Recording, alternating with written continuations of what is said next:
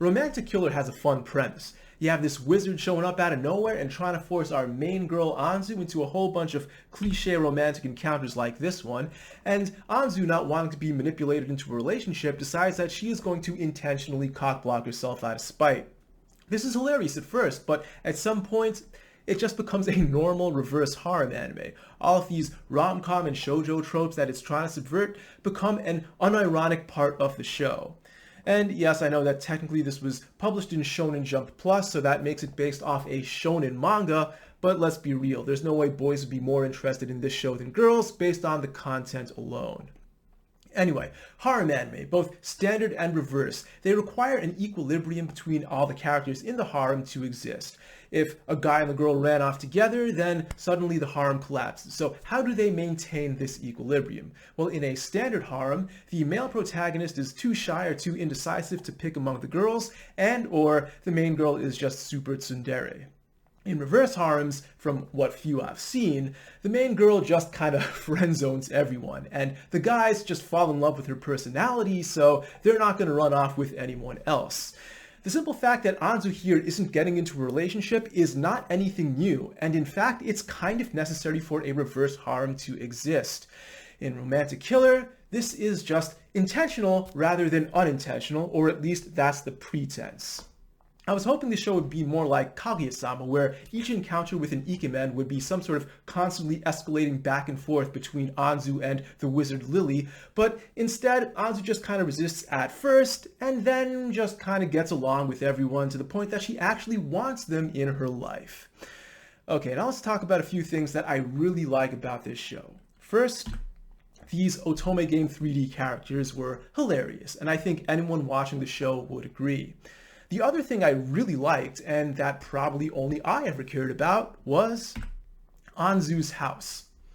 I love this house. No wonder everyone wanted to live here. Houses in anime are often generic or unrealistically stylized. This house has some character to it that's extremely realistic, both on the exterior and the interior. This could have been one of the houses I was looking at when I was trying to buy a house last year. The school building also was really well designed, and from what little we saw of Kazuki's apartment, that was a cool building too. This manga artist really seems to care about architecture, and surprisingly I did too, even more so than the romance, which just shows you I'm getting old.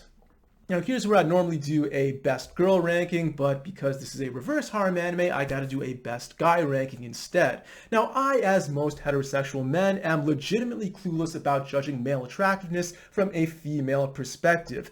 So instead, I'm gonna be doing this ranking from the standpoint of Anzu's father, imagining that she brought each of these guys home and introduced them as her boyfriend. So the number one spot I would give to Junta. He's a friend of the family, he's respectful, he's sincere, he's got a strong body that's capable of keeping my daughter safe. This is the guy your father wants to bring in home.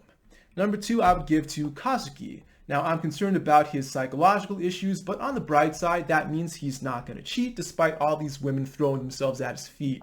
He's intelligent and calm, two traits that I appreciate in men, and even though he's a bit smaller than Junta, he's still bigger than just about everyone else on the show, so good enough.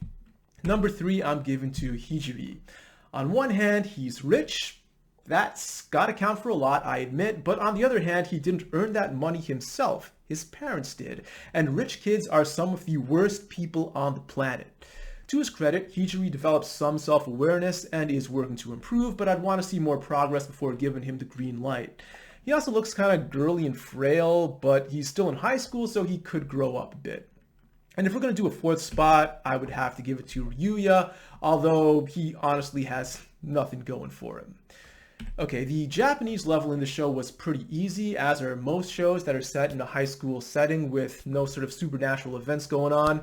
I also took a quick look at the English dub, since because this is a Netflix original anime, that means it's going to come out with a lot of different subs and dubs right upon release.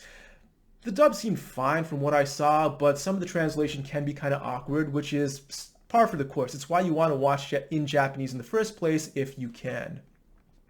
Now, one of the major reasons I decided to watch Romantic Killer is that it had an 8.21 rating on my anime list. Come on. I guarantee that if the genders were swapped, this would rightfully score a point lower. The Quintessential Quintuplets, my favorite harem anime of all time. It scored a 7.67, an 8.10, and an 8.04 rating for its 2 seasons and a movie. You're telling me that a 12-episode reverse harem anime that lost sight of its premise about halfway through is supposed to be better? I don't think so. This is just a mildly entertaining show, and for that, I'm giving it a single plus.